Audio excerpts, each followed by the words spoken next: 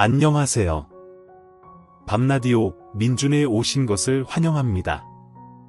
저는 필립의 사연방을 매일 듣는 열혈 팬인 여성입니다.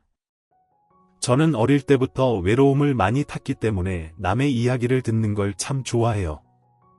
여러 사연 채널을 들어봤지만 필립님이 들려주는 이야기들은 항상 최고였어요. 그래서 매일 아침 그의 이야기를 들으며 하루를 시작하고 잠들기 전에 그의 사연을 듣곤 합니다. 그동안 제가 겪은 일을 써서 보낼까 말까 많이 고민했어요. 평생 일기도 써본 적 없는 제가 어떻게 이야기를 써야 할지 막막했고 혹시 재미없을까 봐 걱정도 컸거든요. 하지만 늦은 나이에 공부를 시작하면서 글쓰기를 연습해보니 나름 재미있고 잘 전달될 것 같아 오랫동안 마음에 담아둔 저의 이야기를 이제야 전하게 되었어요. 부디 필립님의 목소리로 제 사연이 읽히기를 바라며 이야기를 시작하겠습니다. 저는 7살 때 보육원에 맡겨졌습니다. 부모님이 이혼하시고 각자의 사정으로 저를 보육원에 데려다 놓으셨어요. 21세기의 보육원이라면 아이들이 지내기에 괜찮지 않을까 생각하시는 분들이 많으실 겁니다. 물론 새끼밥도 잘 나오고 잘 수 있는 공간도 있고 따뜻한 이불도 있어 예전보다는 많은 발전이 있었습니다. 하지만 보육원의 악습은 여전히 남아있더군요. 서열이라는 게 버젓이 존재해서 부조리와 구타, 얼차려가 아직도 있었어요. 저는 7살 때 언니 오빠들에게 감당하기 힘든 벌을 받고 매도 많이 맞았습니다. 그렇게 8년을 보내니 더는 버티기 힘들더군요. 하루하루가 지옥 같은 곳에서 지내느니 차라리 혼자 도망가서 사는 게 낫겠다고 생각했어요. 어느 정도 머리가 커서 일을 할 수 있는 몸이 되었으니 무엇이든 할 수 있을 것 같았죠. 그때 저랑 동갑인 친구가 만 18세까지 버티면 나라에서 지원금이 나온다고 말리더군요. 하지만 저는 돈이고 뭐고 괴롭힘 받는 것도 싫고 언니들이 시키는 대로 동생들을 혼내는 게 죽기보다 싫어서 15살에 보육원을 도망 나왔습니다. 어린 나이에 제가 할 수 있는 일이 많지 않았지만 인력사무소에 가서 보육원에서 탈출했다는 사정을 말했더니 숙식 제공되는 일자리를 소개해 주셨어요. 식당과 가정부 두 곳이 있었는데 저는 주저하지 않고 가정부를 선택했어요. 혹시라도 식당에서 일하다가 보육원 관계자들이나 언니 오빠들이 찾아올까봐 무서워서 자취를 감출 수 있는 가정부 일이 더 안전하다고 판단했거든요. 대저택에서 먹고 자며 가정부 일을 했는데 힘든 건 없었어요. 보육원에 비하면 천국이 따로 없었죠. 저보다 나이 많은 가정부 이모 두 분이 계셨는데 저를 조카처럼 잘 챙겨주셔서 편하게 지낼 수 있었어요. 거기서 3년 정도 일했는데 주인집이 이민을 가는 바람에 다른 집으로 옮겼는데 이번에도 역시 일은 할 만했습니다. 손끝이 야무지다는 소리를 자주 듣는 섬세한 성격 덕분에 청소든 빨래든 밥상이든 주인집 식구들을 만족시키는 건 어렵지 않았어요. 그렇게 3에서 4년에 한 번씩 집을 바꿔가며 파출부로 일하다 보니 어느새 제 나이는 30대 중반이 되었더라고요. 보육원 언니 오빠들의 눈에 띄지 않으려고 선택한 직업을 20년이나 하게 될 줄은 몰랐어요. 비록 많은 월급은 아니었지만 돈을 거의 쓰지 않고 모아서 혼자 살 집도 마련하고 먹고 싶은 것도 자유롭게 사 먹으며 잘 지냈습니다. 하지만 고립된 생활을 하다 보니 마음을 터놓고 이야기할 친구 하나 없었고 애인도 한번 사귀어 보지 못했답니다. 그렇게 기댈 사람 하나 없이 혈혈단신으로 살아가던 중 제가 파출부로 일하는 주인집에 손님으로 온 남자 한 분이 있었어요. 주인집 어른이 대학 교수였는데 스승의 날에 제자가 찾아왔답니다. 고급 양주와 과일 바구니를 들고 찾아온 남자는 주인집 어른과 좋은 시간을 보냈고 저는 상을 차려주고 치워주며 그 남자와 스쳐가며 얼굴을 마주쳤습니다. 그런데 저를 예쁘게 봤는지 주인집 어른에게 저에 대한 질문을 하더라고요. 교수님, 저 여자분은 누군데 저렇게 미인이세요? 아, 우리 집에서 일해주는 도우미야. 왜, 마음에 드나? 제가 알기로 아직 미혼이니까 연락처라도 직접 물어보게. 아, 도우미시구나. 자네 반응이 왜 그래? 설마 직업을 따져가며 사람을 평가하는 거야? 내가 직업에 귀천이 없다고 가르치지 않았나? 교수님, 아니에요. 도움이라고 해서 무시한 게 아니고 부끄러워서 그렇습니다. 그럼 연락처라도 물어봐야겠어요. 너무 예쁘셔서 어떻게 말을 걸어야 할지 고민하고 있었거든요. 그러더니 남자는 설거지하는 제 옆으로 와서 조용한 목소리로 반했다는 말과 함께 전화번호를 묻더군요. 저는 김승수라고 해요. 올해 40이고 평범하게 회사 다니는 사람입니다. 도우미 선생님이 너무 마음에 들어서 그러는데 전화번호 좀 알려주시면 안 될까요? 네, 그래요. 36년 동안 살면서 그런 말은 처음 들어보네요. 36이요? 그럼 우리 궁합도 보지 않는 4살 차이네요. 도우미 선생님 성함은 어떻게 되세요? 김 교수라고 해요. 이름만 듣고 교수라고 생각하시는 분들이 있는데 보시다시피 파출부입니다. 이름도 똑같이 숫자로 끝나는 것도 비슷하네요. 교수씨, 우리 조만간 맛있는 밥 먹지 않을래요? 전화번호 좀 알려주세요. 네, 좋아요. 저도 주인집 어른이 좋은 분이라고 하니까 한번 만나볼게요. 그렇게 저희 두 사람은 인연이 되어 연애를 시작했습니다. 이 나이에 첫 연애라고 하니 무척 쑥스럽네요. 여하튼 고립된 삶을 살던 저는 그이 덕분에 남산도 가보고 놀이공원도 가봤습니다. 또 비싼 호텔 식당도 가보면서 새로운 인생을 살게 되었죠. 그러다 사랑이 깊어지며 자연스레 결혼까지 생각하게 되었답니다. 승수 씨를 따라 처음 시댁에 갔더니 고급스럽고 우아한 시어머니와 남편만큼 멋있는 시동생 둘, 그리고 엄청 멋을 부린 동서 둘이 있었습니다. 시동생들은 사업가였고 동서들은 한 대학의 교수로 일한다고 하더군요. 제가 모두에게 고개를 숙이며 인사를 드렸더니 시어머니와 동서들이 피식 비웃더군요. 안녕하세요. 김 교수라고 합니다. 가사도우미로 일하고 있습니다. 아가씨 이름은 교수인데 하는 일은 도우미라니 이름값을 너무 못하는 거 아니야?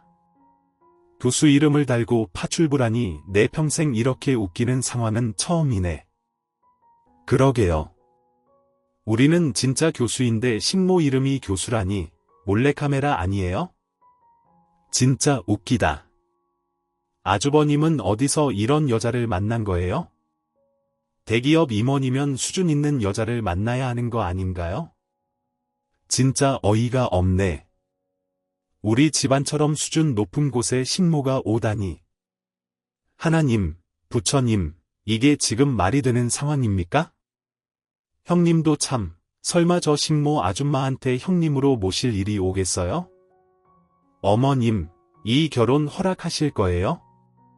식모한테 형님이라고 해야 하는 날이 오는 건 아니겠죠? 무슨 소리를 그렇게 무섭게 하냐? 식모지라는 애를 우리 집안 맏며느리로 들이라고? 택도 없는 소리다. 걱정하지 말 거라. 큰애, 너 만난다는 애가 이 식모 아가씨야? 집안 과우 떨어지게 이게 뭐하는 짓이니? 시어머니와 동서들이 저를 조롱하자 승수씨가 크게 화를 냈습니다.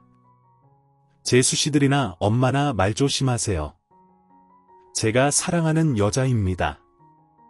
우린 무슨 일이 있어도 부부의 연을 맺을 거고요. 그러니까 존중하는 태도로 말씀해 주세요. 뭐가 어째? 그냥 심심풀이로 사귀는 게 아니라 결혼을 하겠다고? 너 눈깔이 어떻게 된 거니? 천의 고아의 식모지라는 애를 나더러 며느리로 받아들이라는 거야? 말 같지 않은 소리 말고 얘 치워라. 식모가 어디 분수도 모르고 내 며느리가 되겠다고 기어들어와. 엄마가 그러거나 말거나 우린 결혼할 거예요. 어차피 엄마나 저나 20년 동안 안 보고 살았잖아요. 저를 키운 건 미국에 있는 아버지지 엄마가 아니라고요. 뭐가 어째?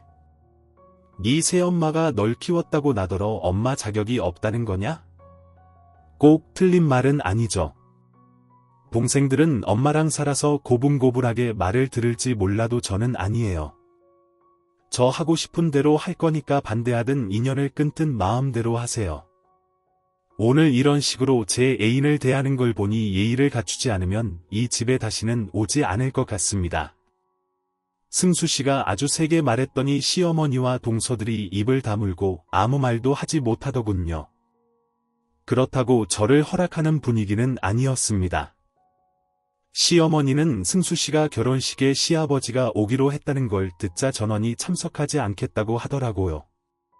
승수 씨는 시아버지가 계신 미국에서 성장해서 성인이 되어 시어머니와 동생들을 찾았는데 그다지 잘 지내지 못한 것 같았어요. 이방인 취급을 받는 걸 보니 저로서는 마음이 좋지 않았습니다.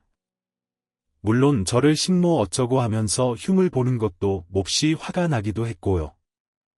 그래서 저와 승수 씨는 미국에 계신 시아버지와 새 시어머니의 축복 아래 작은 결혼식을 올렸습니다.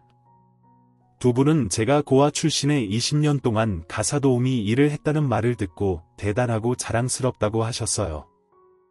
나쁜 길로 가지 않고 잘 자라줘서 고맙다는 말까지 해주셨답니다. 결혼식이 끝나자마자 두 분은 다시 미국으로 떠나셨어요. 명절 때나 연말에 놀러 오라는 말씀을 남기시며 아쉬운 이별을 했습니다. 이후 남편과 신혼을 꾸리고 지내던 중 시어머니와 동서들이 찾아와서 잘 지내보자고 하더군요. 시어머니가 쓴소리를 많이 하긴 했지만 자식과 인연을 끊을 만큼 모진 사람은 아니었나 봅니다. 신모야, 아니 맏며느리야. 내가 우리 집 식구가 되었으니 집안 행사가 있으면 얼굴은 보고 살자. 물론 주제 넘게 우리랑 친분을 과시하려고는 하지 마라. 적당한 선에서 한 식구로 지내자고. 네, 어머님. 승수 씨가 이끄는 대로 잘 따르며 살겠습니다. 저는 모든 걸 남편 뜻대로 하겠다고 대답하며 시어머니의 말씀을 크게 귀담아 듣지 않았습니다. 그리고 동서들은 여전히 저를 놀리는 게 재밌는지 비아냥대며 까불더라고요. 신모 형님, 어디 솜씨나 봅시다. 우리가 왔으니까 한 상 가득 차려보세요. 그러게, 신모지를 20년이나 했으면 베테랑 아닌가? 그동안 남의 밥상을 얼마나 많이 차렸겠어요? 우리 배고프니까 제대로 좀 차려봐요. 동서들아, 어머님 앞이라 내가 크게 뭐라 하진 않을게. 그런데 두 번 다시 식모라는 말과 내 직업을 조롱하는 말을 하면 너희들 머리털 다 뽑힐 줄 알아. 내가 어떻게 살아왔는지는 대충 알지? 너희같이 온실 속 화초처럼 지낸 애들은 10초 안에 내 앞에서 무릎 꿇고 울게 만들 수 있어. 내 말 무슨 뜻인지 이해하지? 뭐야? 이봐, 신모 형님. 둘째 동서가 신모라는 단어를 뱉자 저는 시어머니가 있음에도 불구하고 바로 동서의 머리채를 낚아챘습니다. 그리고 주먹으로 눈, 코, 입을 한 대씩 갈겨줬습니다. 그러자 셋째 동서가 제 머리채를 잡아채길래 무릎으로 배를 올려쳤더니 아침에 먹은 밥을 바닥에 토하더군요. 동서 둘은 10초 만에 제 앞에 무릎을 꿇고 콜록거렸습니다. 시어머니는 이 상황을 보시고 많이 놀라서 뒤로 두 걸음 물러나 아무 말도 하지 못했답니다. 그래서 저는 차분한 목소리로 말했어요. 동서들아, 지금 무릎 꿇고 사과하는 거야? 아니면 조금 더 붙어볼까? 제가 잘못했어요. 형님, 저희가 입을 함부로 놀렸습니다. 죄송해요. 형님, 죄송해요. 실수는 누구나 하는 거야. 그런데 자꾸 실수하면 이렇게 혼나는 거지.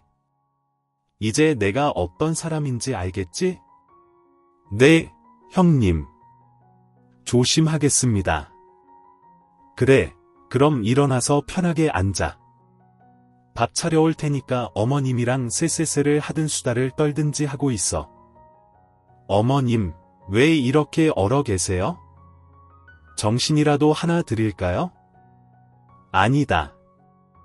내가 방금 뭘 본 건지.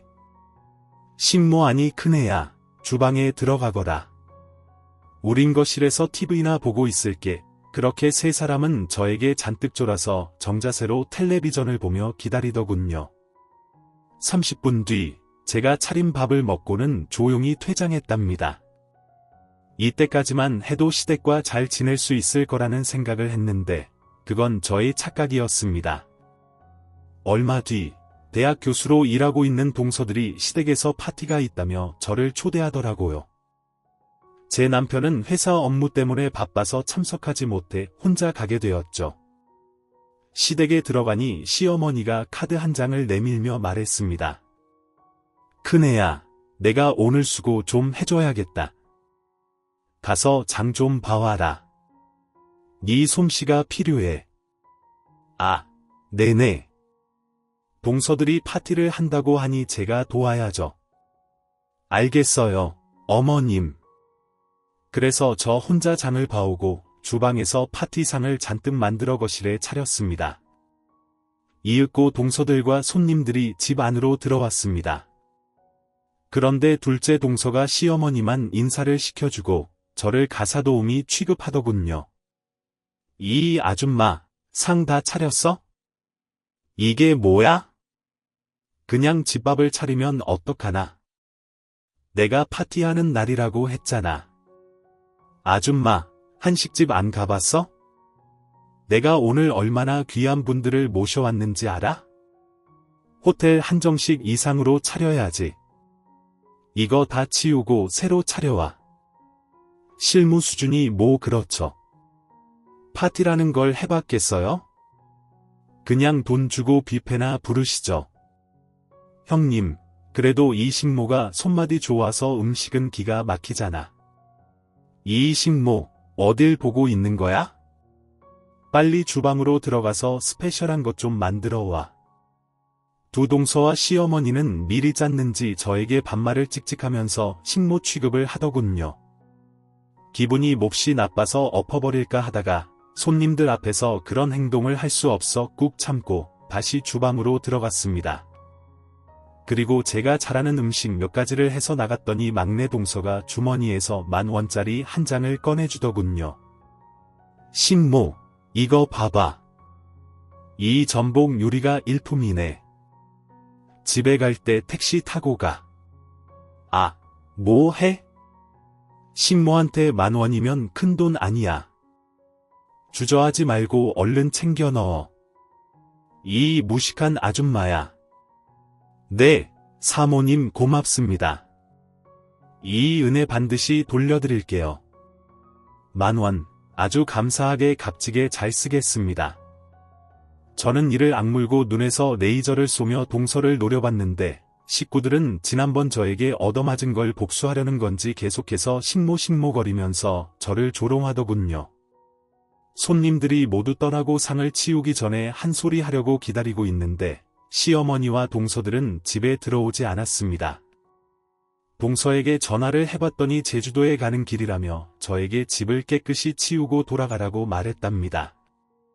정말 열받는 순간이었죠. 그렇게 시모와 동서들과 사이가 좋지 않은 채로 지냈습니다. 그러던 어느 날 저에게 믿지 못할 일이 생겼습니다. 낯선 남자가 저희 집을 찾아왔는데 믿을 수 없는 말을 전하더라고요.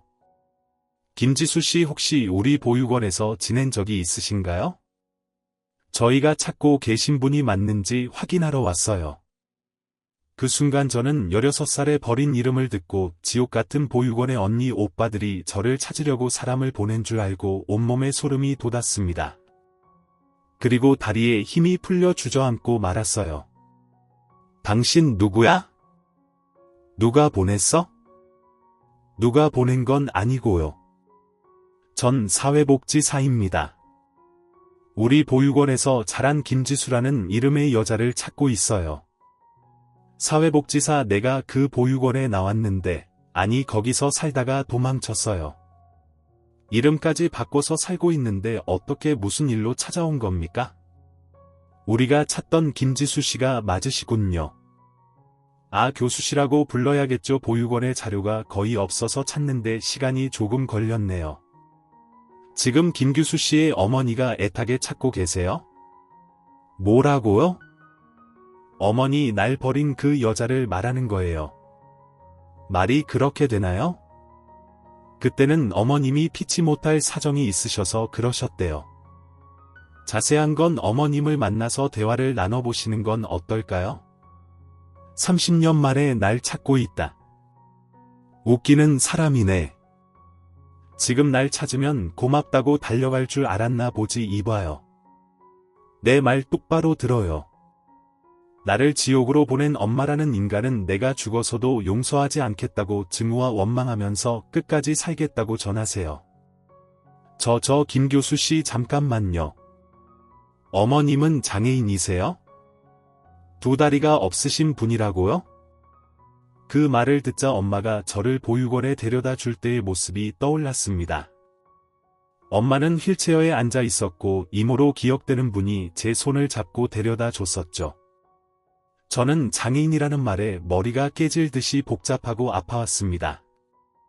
그랬던 거야. 키울 형편이 되지도 않고 능력도 되지 않아서 날 버린 거였어. 그때 당시에 어머님은 사고로 두 다리를 잃은 데다 교수씨 아버지가 바람을 피워서 이혼까지 하셨죠. 물론 아버지라는 분은 그날 이후 연락이 되지도 않고 생사도 확인이 안 된답니다. 교수씨 어머님은 휠체어를 타고 식당에서 설거지를 하고 남의 집 파출부로 일하시며 살아왔어요. 교수씨를 찾아야겠다는 일념하에 말입니다. 그런데 때때로 돈 벌기가 쉽지 않으셨어요. 일자리를 구해봤자 몸이 불편한 장애인이라 금세 잘리고 말았다고요. 교수씨 어머님이 어떤 삶을 살아왔는지 대충 이해되시죠? 엄마라는 사람도 퍼출부를 했다고요? 그거 참 재밌는 우연이네. 나도 20년 동안 남의 집 식모살이를 했는데 말이에요. 좋습니다. 엄마를 만나보겠어요. 어떤 사람인지 찾아가 보겠습니다. 그렇게 저는 원망하던 엄마를 만나기로 했습니다. 며칠 뒤 엄마가 파출부로 일하고 있다는 대저택으로 찾아갔어요. 집주인이 저와 엄마가 그곳에서 편하게 만나라고 배려해 주셔서 상봉을 하게 되었죠. 두 다리가 없는 엄마는 휠체어를 타고 넓은 거실에서 현관까지 달려오시더군요. 네가 지수구나. 내 딸 지수. 네, 안녕하세요. 아니, 오랜만입니다. 교수야, 이 엄마 원망 많이 했지. 네, 그랬었는데 지금 엄마를 보니 왜 그랬는지 이해가 돼요. 그러니까 사과할 필요 없습니다. 이 가여운 것, 이 엄마가 널 버리고 사는 인생은 생지옥이었다. 널 찾으려고 오랫동안 찾았지만 늘 실패였다. 그런데 이번에 사회복지사가 내 어릴 적 사진을 들고 여기저기 수소문을 해서 어렵게 찾았다구나. 이름을 바꿨다고. 네, 보육원 언니 오빠들이 찾아와서 보복할까봐 무서워서 바꿨어요. 지수라는 이름으로 사는 건 저에겐 공포와 두려움이었으니까요. 그래서 제가 지은 이름은 교수예요. 김 교수 교수처럼 크게 되고 싶은 마음으로 제가 지었어요. 그렇게 힘들게 살았구나. 미안하다. 우리 딸 새로 지은 이름 아주 예쁘구나. 우리 딸 엄마가 한번 안아봐도 될까? 교수야. 네, 저는 나이 40이 다 되어서야 엄마 품을 다시 찾게 되었습니다. 아무렇지 않을 줄 알았는데 엄마의 거친 두 손이 제 등에 맞닿아 눈물에 샘이 터지고 말았어요. 세상 사람들이 엄마를 안으면 왜 눈물을 흘리는지 조금은 알 것 같더라고요. 저는 흐느끼며 울었고 엄마와 오랜 시간을 끌어안고 있었습니다. 엄마를 찾은 소식에 남편은 두 팔 벌려 축하해 주었고 사위 노릇해보겠다며 선물을 바리바리 사서 엄마가 일하는 대저택을 자주 찾아갔어요. 집주인이 엄마와 인연이 있는 사람이어서 모든 걸 이해해 주셨답니다. 그런데 집주인은 위암 투병 중이었고 시한부 인생을 살고 있어 엄마의 손이 계속 필요하다고 해서 엄마와 집 밖으로 나가지는 못했습니다. 그리고 얼마 뒤 제가 엄마를 찾았다는 소식을 들은 시댁 식구들이 축하한다고 신혼집을 찾아왔답니다. 형님 엄마 찾았다면서요. 휠체어 타는 장애인이라면서요.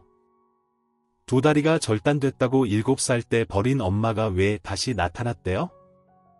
그런데 그 엄마라는 사람이 끔찍한 모습으로 마주하게 되다니.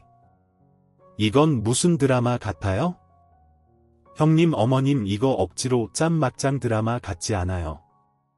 동서는 역시나 개념 없는 질문만 하더군요. 그런데 시어머니가 무개념의 끝을 보여주었습니다. 야야, 그게 전부가 아니야. 야, 엄마는 다리 없는 빙신에 식모살이하는 여편네란다.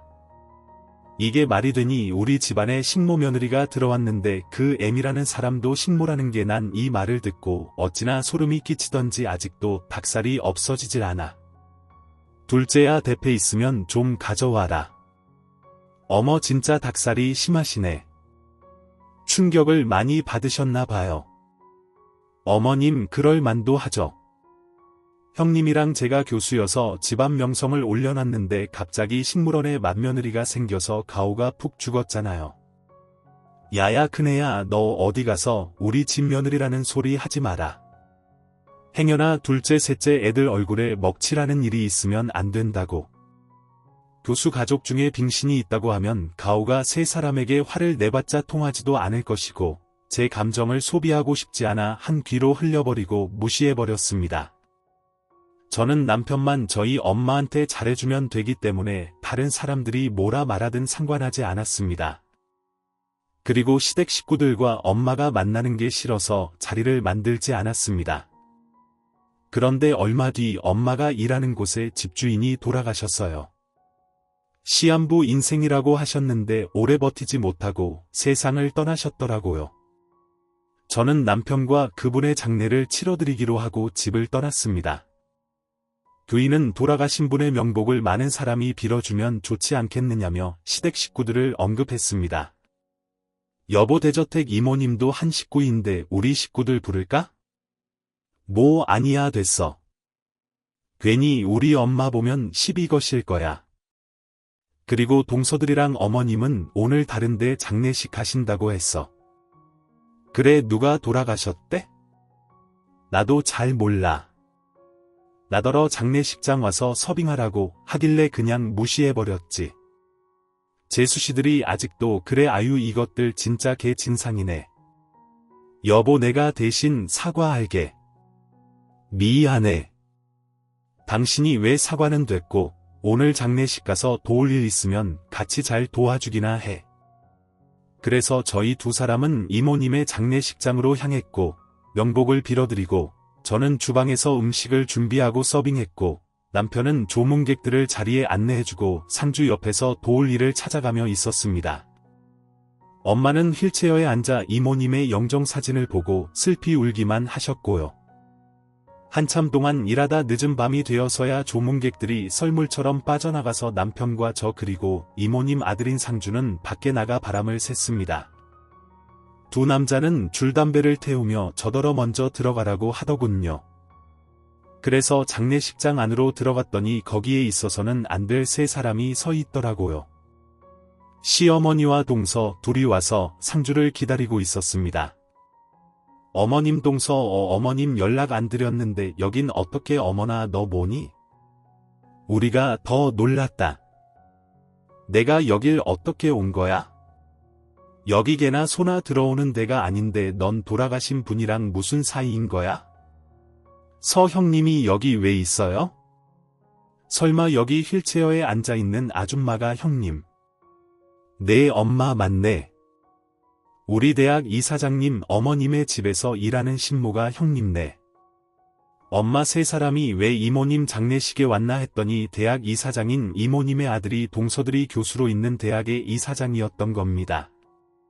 세상에 이런 우연이 또 있을까 싶더라고요. 저는 상황이 어찌 되었듯 엄마를 시댁 식구들에게 소개했습니다.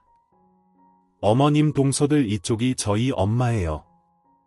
엄마, 내 시어머니이시고 동서들이에요. 아이고, 이제야 뵙게 됐네요.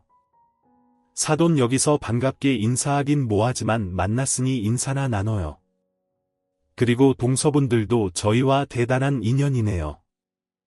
호식이 대학의 교수들이라고요. 엄마의 말씀에 시어머니와 동서들이 고개를 돌리며 피식 웃더군요. 인사를 무시하는 건 물론이었고 대학 이사장인 이모님 아들을 호식이라고 친근하게 이름 부른 게 웃겼나 봅니다. 진짜 어이가 없네.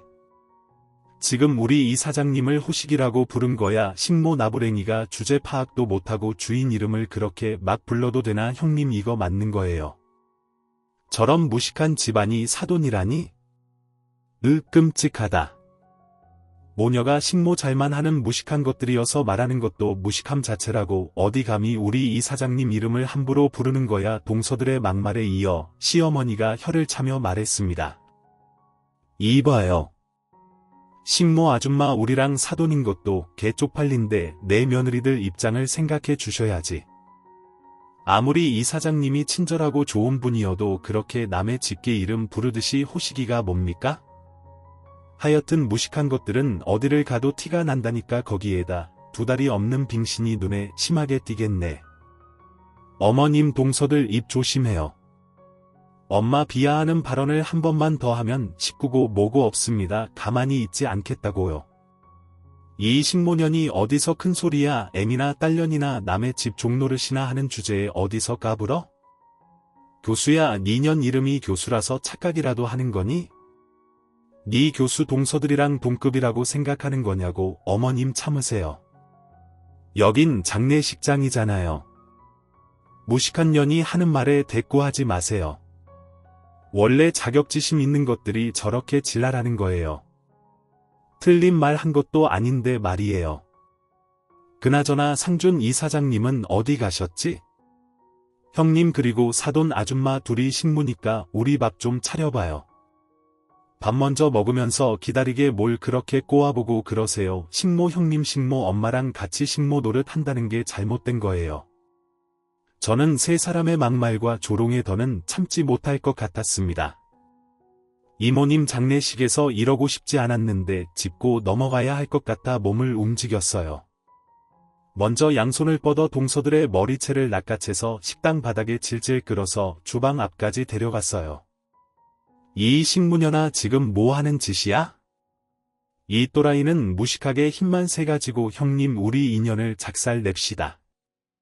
뭐 하나씩 들어서 패주자고요. 동서 둘이 바닥에서 발길질을 해서 저를 넘어뜨렸어요.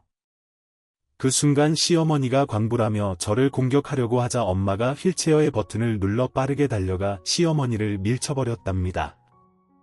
야, 이 탈리빙신 식모년이 뭐하는 짓이야? 이봐요. 사돈은 내가 상대해 줄게요. 내가 다리는 없어도 당신 정도는 기꺼이 이겨줄 수 있지. 이 빙신은 이 까치는 거 보소. 좋다. 이년아 내가 오늘은 무식한 니년들이랑 똑같이 무식하게 행동해 주겠어. 시어머니가 엄마와 붙었는데 엄마는 휠체어를 앞뒤로 움직이며 싸웠습니다. 둔한 움직임에 시어머니는 계속해서 맞고만 있었죠. 엄마가 시어머니를 해결할 수 있을 것 같아 바닥에 넘어진 저는 두 동서만 신경 쓰기로 했어요. 두 년의 머리채를 잡고 박치기를 시킨 다음 아구탱이를 날렸어요. 그러자 동서 둘의 입이 옆으로 휙 하고 돌아갔습니다. 형님 이미 돌아갔어요. 이 무식한 년이 사람을 잡네. 생모녀냐? 넌 남는 게 힘밖에 없지. 둘 다 턱주가리가 돌아갔구나. 내가 원위치 시켜줄게.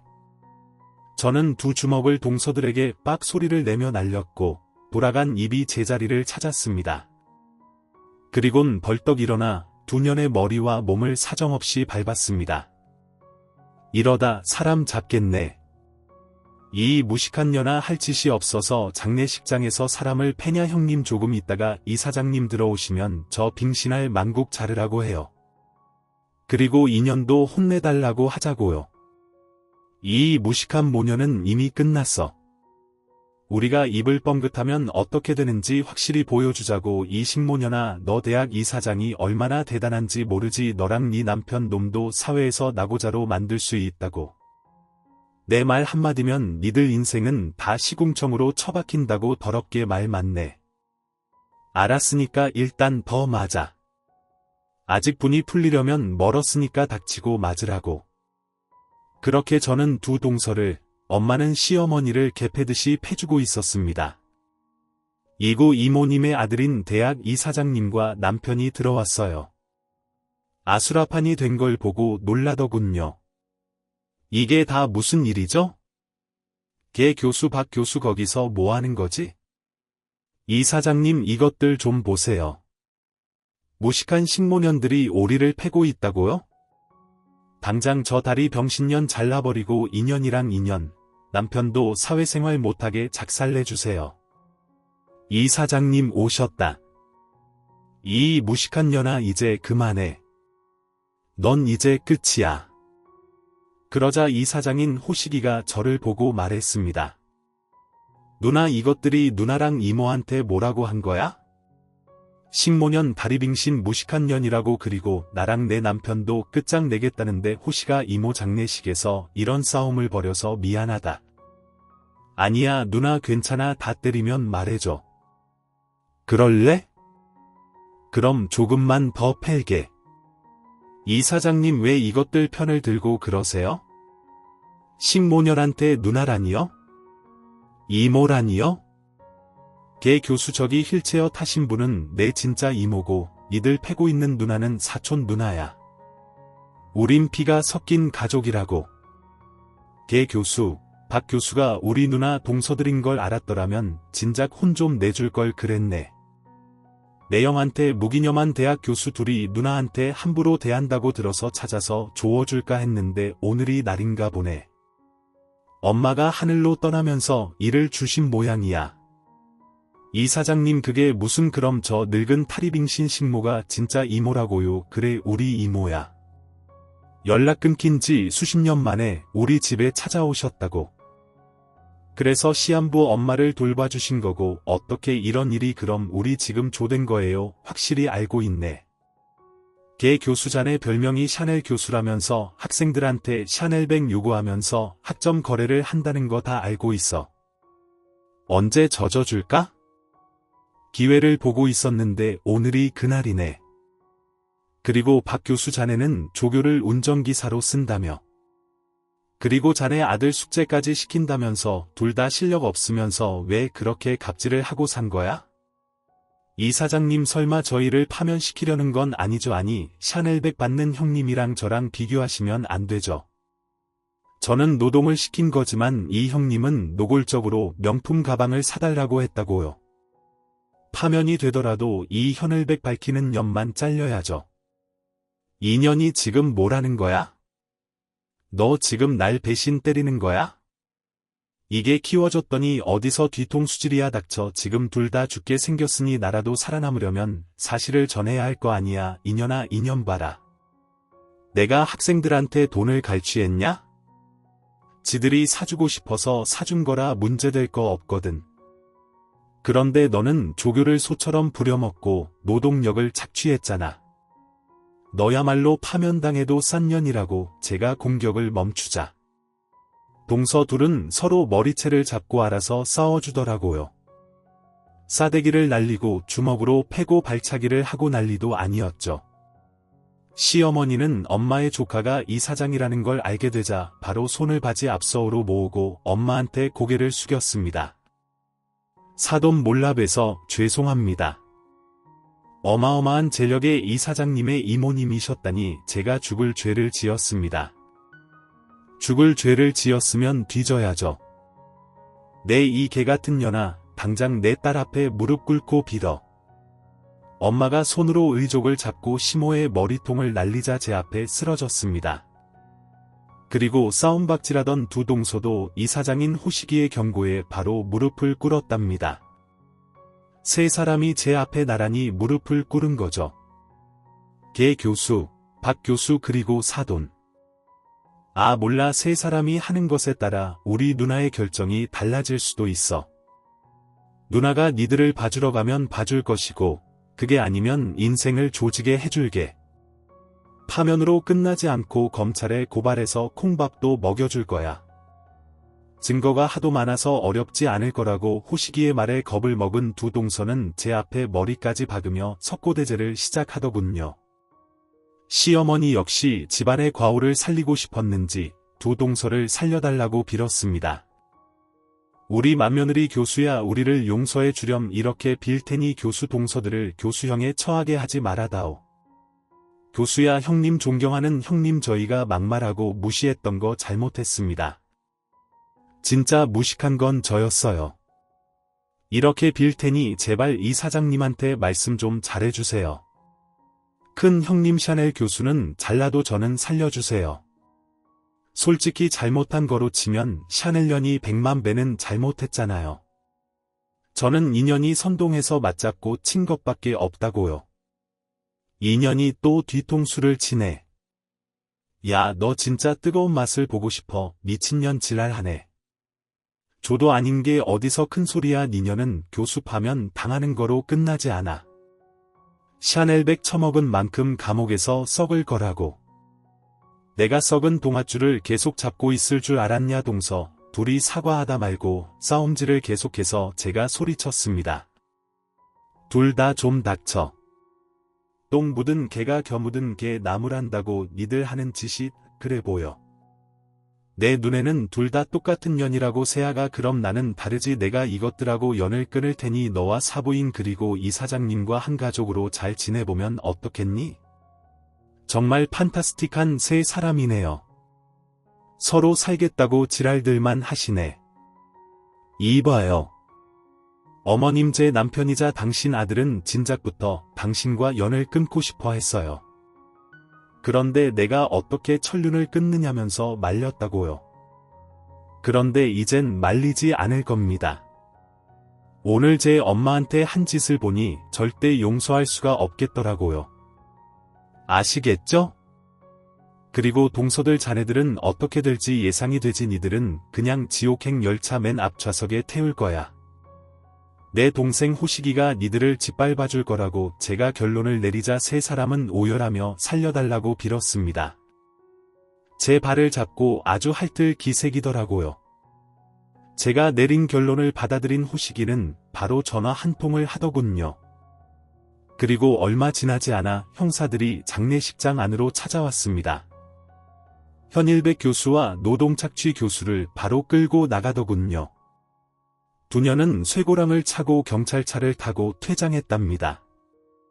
그러자 홀로 무릎 꿇고 있던 시어머니는 저에게 손을 뻗더군요. 세아가 나는 용서해주는 거지. 쟤네들은 진작부터 잘라낼 생각이었다.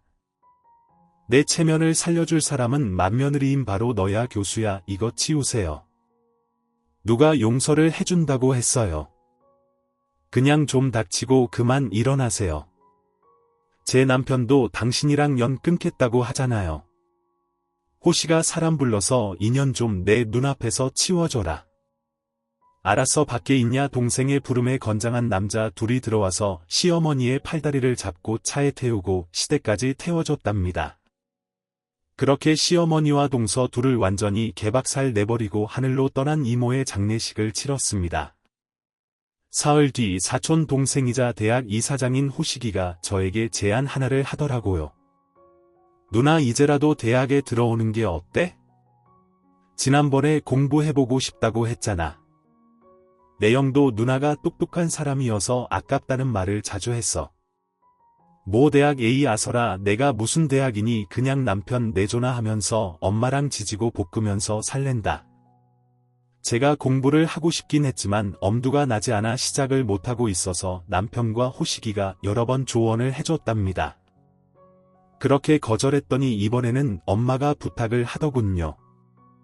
효수야 엄마 때문에 네가 불행한 시절을 보낸 거 정말 미안하다. 이 엄마가 못해준 걸 호식이가 해준다니까 한번 도전해보면 안 되겠니? 늦었다고 생각될 때가 가장 빠를 때야. 그리고 높이 나는 새가 멀리 보는 거고 엄마는 교순이가 높이 날았으면 좋겠다.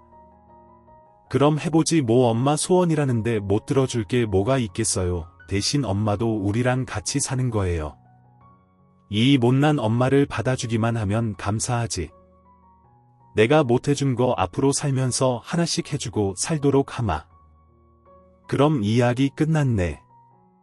엄마 여보 호시가 우리 사연 진짜 재밌고 통쾌하지 않아? 내가 요즘 듣고 있는 유튜브 채널이 있는데 필립의 서연방이라고 말이야. 그거 엄마도 재미있게 듣고 있는데 교수 너도 듣고 있니? 내가 최고로 애정하는 채널이야. 아무래도 대학에 가면 열심히 공부해서 글 쓰는 걸 배워서 사연으로 보내봐야겠어. 엄마랑 나랑 헤어지고 살았던 이야기란 게 진상, 시모와 동서들 이야기까지 말이야. 그렇게 저는 대학에 들어가서 공부를 시작하며 사연에 글을 쓰게 되었답니다. 제가 글쓰기는 초자라서 많이 부족한데 재미있게 들으셨으면 좋겠네요. 사연의 엔딩을 알려드려야죠. 제 동서 둘은 똑같이 징역을 가게 되었습니다. 당연히 교수는 파면되고 시동생들과 이혼까지 했답니다. 그리고 시어머니는 교수 동서들의 정체가 밝혀지면서 동네에서 왕따가 되었답니다. 그래서 집안에서 한 발짝도 나오지 못하며 지내는 은둔형 외톨이로 살고 있다네요. 저와 남편, 그리고 엄마는 셋이 한 집에 살고 있으며 호식이와도 자주 어울리고 있답니다. 미국에 계신 시아버지와 새 시어머니도 저희 엄마 소식을 듣고 한번 만나뵈러 오시겠다고 하네요. 그리고 추가로 하나 더 좋은 소식이 있는데요. 저는 대학 생활하면서 임신을 하게 되었어요. 40을 앞둔 나이에 대학도 다니고 임신까지 하는 겹경사가 생겼네요.